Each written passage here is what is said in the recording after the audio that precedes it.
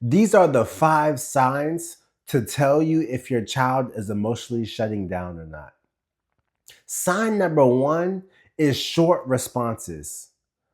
When I talk to families, this is the major red flag that I always see. If your child isn't communicating with you openly, if your child isn't sharing their feelings, their emotions, if they're just dismissing your questions, oh, I'm good, it's all right, don't worry about me. This is a major red flag. Why? Because this is the early signs that your child doesn't trust you, that your child doesn't feel safe around you. If you're not paying attention and you're not being intentional in building a healthy family, it can be easy to dismiss or overlook this sign. But the reality of it is, the longer you procrastinate to deal with this sign, the gap between you and your child and emotionally will continue to grow. Sign number 2 is isolation. Again, this is another major red flag I see with many of the families that I work with. If your child feels safe by a particular person or environment, their natural response should be to run to that person or space. But if they are living in a place of isolation in the midst of family, this is a major issue. Again, they do not feel safe. They don't feel like you're going to understand them. They don't feel like you're going to truly believe them when they share what they're going through, when they share what they're feeling. They would much rather sit and deal with their depression, their anxiety by themselves and not risk another opportunity to open their hearts up to you and get hurt again. I know that's harsh, but that's a fact. Your child would much rather deal with their problems by themselves and figure out a solution than talk to you.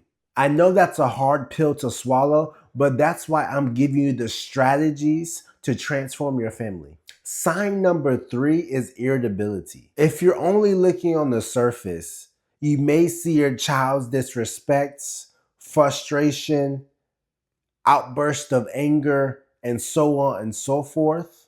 You can only see it as disrespectful or, oh, they're just being kids or they're just going through that phase. No.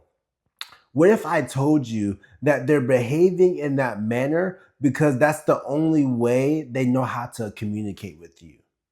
They don't feel safe and they don't know how to effectively share their feelings and emotions because they're afraid of being judged. They're afraid of being criticized. They're afraid of being oppressed. They are afraid of not being understood. They would rather lash out in frustration than to trust you because trust is built over time.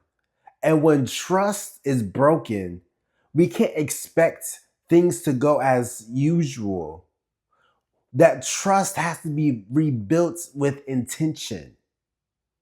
So when mistakes happen, when trust is broken, it's important to understand that trust is not only both ways, but trust has to be intentional. Sign number 4 is perfectionism. I'm a huge advocate when it comes to this one.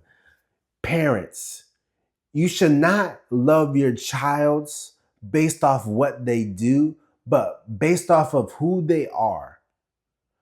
Your love for your child should not have strings attached to it. They shouldn't have to do X, Y, and Z to receive your love. They shouldn't have to beg or plead to get the attention that they desire from you. Because what this will do is that your child will grow older. They're going to grow up resenting you. They're going to grow up always wanting your validation. And they're going to be 50-year-olds, 60-year-olds, miserable because they never received the love from their mother and father that they've always craved. They're going to find it in other people. They're going to find it in relationships. They're going to find it in places that they shouldn't be in. I want to just give you a quick caveat really, really quickly. If your child doesn't feel safe or your child doesn't feel at home with you and your family, they're going to find it somewhere else. When it comes to emotional distance, it can feel like you see your child almost every single day in the house, but it feels like it's a complete stranger in your home. They never talk to you. You wonder what's going on in their minds, but all you get is one word responses. You can never seem to connect with your child. Sign number 5 is emotional disconnection. And all these signs connect to one another, but this is the one that really just encompasses everything that we've already talked about this far. When emotional disconnection is prevalent in the home, it's very apparent because sometimes you may say to yourself, why does it feel like my child is a complete stranger? Why does my child's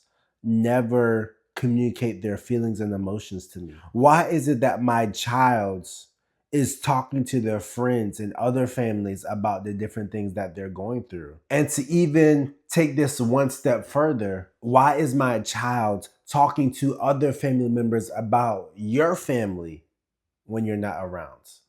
Because they're doing it whether you want to understand that or not.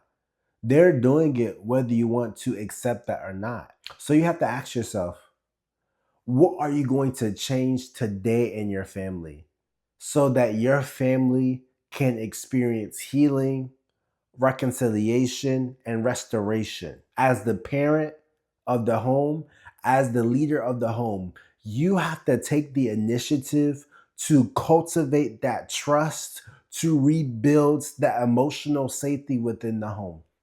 My name is Tyree Shamar Phillips, and I am a family transformation strategist. I hope this content has encouraged you, but most importantly, I hope these strategies has given you insight in how to transform your family. Peace out.